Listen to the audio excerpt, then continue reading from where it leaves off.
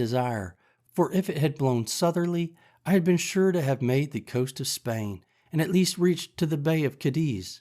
But my resolutions were, blow which way it would, I would be gone from that horrid place where I was, and leave the rest to fate. After we had fished some time and caught nothing, for when I had fish on my hook I would not pull them up, that he might not see them, I said to the Moor, "This will not do. Our master will not be thus served. We must stand further off." He, thinking no harm, agreed, and being in the head of the boat, set the sails, and, as I had the helm, I ran the boat out near a league further, and then brought her to, as if I would fish, when, giving the boy the helm, I stepped forward to where the Moor was, and making as if I stooped for something behind him, I took him by surprise with my arm under his waist, and tossed him clear overboard into the sea. He rose immediately, for he swam like a cork, and called to me, begged to be taken in, told me he would go all over the world with me. He swam so strong after the boat that he would have reached me very quickly, there being but little wind, upon which I stepped into the cabin, and fetching one of the fowling pieces, I presented it at him, and told him I had done him no hurt, and if he would be quiet, I would do him none. "But," said I, "you swim well enough to reach the shore, and the sea is calm. Make the best of your way to shore, and I will do you no harm. But if you come near the boat, I'll shoot you through the head, for I am resolved to have my liberty." So he turned himself about and swam for the shore, and I make no doubt but he reached it with ease, for he was an excellent swimmer. I could have been content to have taken this Moor with me, and have drowned the boy, but there was no venturing to trust him. When he was gone, I turned to the boy whom they called Ixuri, and said to him, "Ixuri, if you will be faithful to me, I'll make you a great man. But if you will not stroke your face to be true to me, that is, swear by Mahomet and his father's beard, I must throw you into the sea too." The boy smiled in my face, and spoke so innocently that I could not distrust him, and swore to be faithful to me, and go all over the world with me. While I was in view of the Moor that was swimming, I stood out directly to sea with the boat, rather stretching to windward, that they might think me gone towards the strait's mouth, as indeed anyone that had been in their wits must have been supposed to do. For who would have supposed we were sailed on to the southward, to the truly barbarian coast, where whole nations of people were sure to surround us with their canoes and destroy us, where we could not get on shore, but we should be devoured by savage beasts or more merciless savages of humankind? But as soon as it grew dusk in the evening, I changed my course, and steered directly south and by east, bending my course a little towards the east, that I might keep in with the shore, and having a fair, fresh gale of wind, and a smooth, quiet sea, I made such sail that I believe by the next day, at 3 o'clock in the afternoon, when I first made the land, I could not be less than 150 miles south of Sal, quite beyond the Emperor of Morocco's dominions, or indeed of any other kings thereabouts, for we saw no people. Yet such was the fright I had taken of the Moors, and the dreadful apprehensions I had of falling into their hands, that I would not stop, or go on shore, or come to an anchor. The wind continuing fair, till I had sailed in that manner 5 days, and then the wind shifting to the southward, I concluded also that if any of our vessels were in chase of me, they also would now give over. So I ventured to make to the coast, and came to an anchor in the mouth of a little river. I knew not what, nor where, neither what latitude, what country, what nation, or what river. I neither saw nor desired to see any people. The principal thing I wanted was fresh water. We came into this creek in the evening, resolving to swim on shore as soon as it was dark, and discover the country. But as soon as it was quite dark, we heard such dreadful noises of the barking, roaring, and howling of wild creatures, of we knew not what kinds, that the poor boy was ready to die with fear, and begged of me not to go on shore till day. "Well, Ixuri," said I, "then I won't, but it may be that we may see men by day, who will be as bad to us as those lions." "Then we give them the shoot gun," says Exuri, laughing. "Make them run away." Such English Exuri spoke by conversing among us slaves. However, I was glad to see the boy so cheerful, and I gave him a dram out of our patron's case of bottles to cheer him up. After all, Exuri's advice was good, and I took it. We dropped our little anchor and lay still all night. I say still, for we slept none, for in 2 or 3 hours we saw vast great creatures, we knew not what to call them, of many sorts, come down to the seashore and run into the water, wallowing and washing themselves for the pleasure of cooling themselves, and they made such hideous howlings and yellings that I never indeed heard the like. Exuri was dreadfully frightened, and indeed so was I too, but we were both more frightened when we heard one of these mighty creatures come swimming towards our boat. We could not see him, but we might hear him by his blowing to be a monstrous, huge, and furious beast. Exuri said it was a lion, and it might be so for aught I know, but poor Exuri cried to me to weigh the anchor and row away. "No," says I, "Exuri, we can slip our cable, with the buoy to it, and go off to sea. They cannot follow us far." I had no sooner said so, but I perceived the creature, whatever it was, within 2 oar lengths, which something surprised me. However, I immediately stepped to the cabin door, and taking up my gun, fired at him, upon which he immediately turned about and swam towards the shore again. But it is impossible to describe the horrid noises and hideous cries and howlings that were raised, as well upon the edge of the shore as higher within the country. Upon the noise or report of the gun, a thing I have some reason to believe those creatures had never heard before.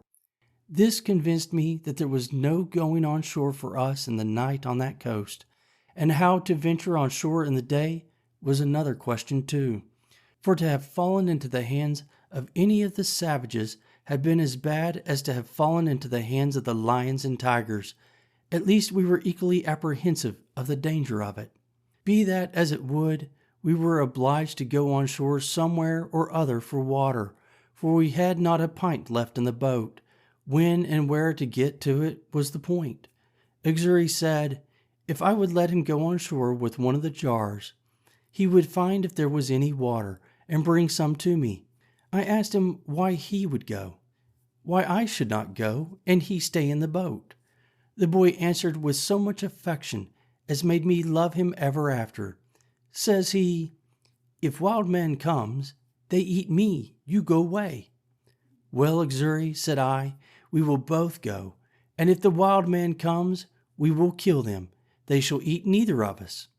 So I gave Exuri a piece of rusk bread to eat, and a dram out of the patron's case of bottles, which I mentioned before, and we hauled the boat in as near the shore as we thought was proper, and so waded on shore, carrying nothing but our arms and 2 jars for water. I did not care to go out of sight of the boat, fearing the coming of canoes with savages down the river, but the boy, seeing a low place about a mile up the country, rambled to it, and by I saw him come running towards me. I thought he was pursued by some savage, or frightened with some wild beast, and I ran forward towards him to help him.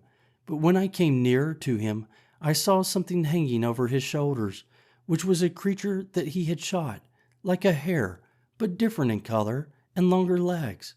However, we were very glad of it, and it was very good meat. But the great joy that poor Exuri came with was to tell me he had found good water and seen no wild mans.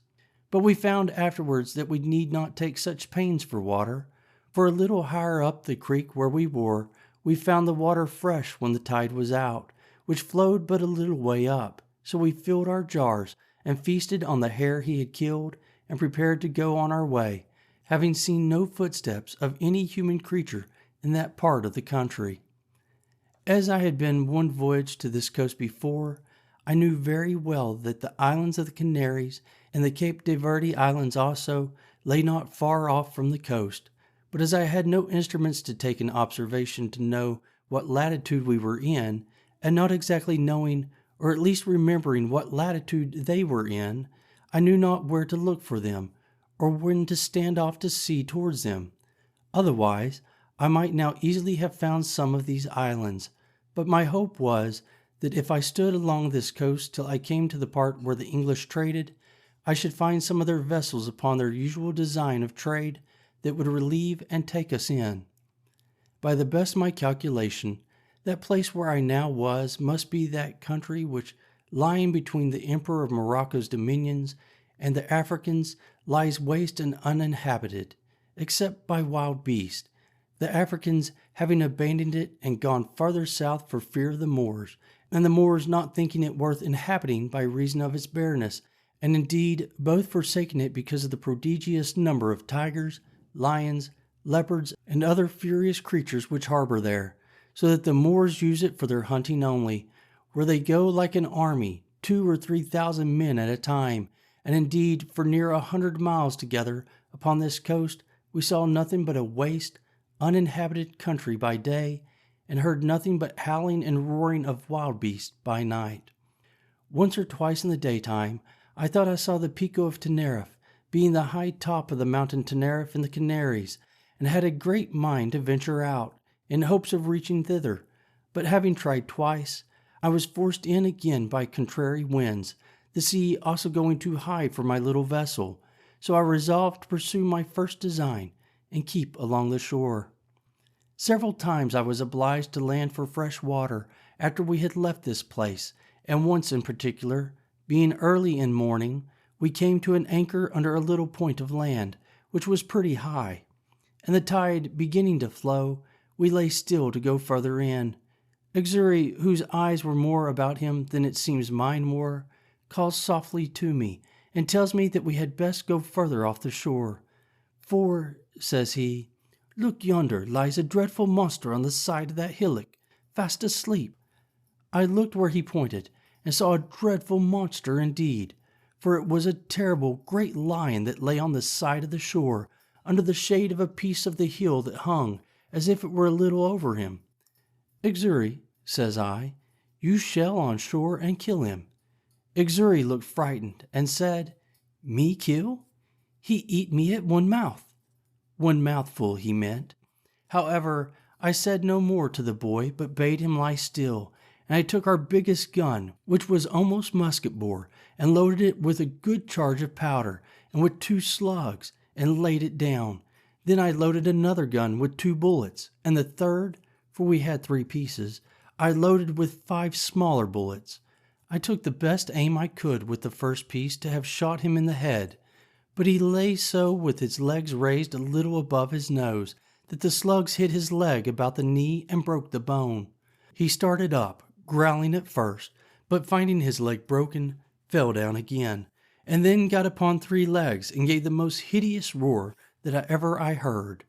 I was a little surprised that I had not hit him on the head. However, I took up the second piece immediately, and though he began to move off, fired again, and shot him in the head, and had the pleasure to see him drop and make but little noise, but lie struggling for life. Then Exuri took heart, and would have me let him go on shore. Well, go, said I. So the boy jumped into the water, and taking a little gun in one hand, swam to the shore with the other hand, and coming close to the creature, put the muzzle of the piece to his ear, and shot him in the head again, which dispatched him quite. This was game indeed to us, but this was no food, and I was very sorry to lose 3 charges of powder and shot upon a creature that was good for nothing to us. However, Exuri said he would have some of him, so he comes on board and asked me to give him the hatchet. For what, Exuri? Said I. Me cut off his head, said he. However, Exuri could not cut off his head, but he cut off a foot and brought it with him, and it was a monstrous great one. I bethought myself, however, that perhaps the skin of him might, one way or other, be of some value to us, and I resolved to take off his skin if I could. So Exuri and I went to work with him, but Exuri was much the better workman at it, for I knew very ill how to do it. Indeed, it took us both up the whole day, but at last we got off the hide of him, and spreading it on the top of our cabin, the sun effectually dried it in 2 days' time, and it afterwards served me to lie upon.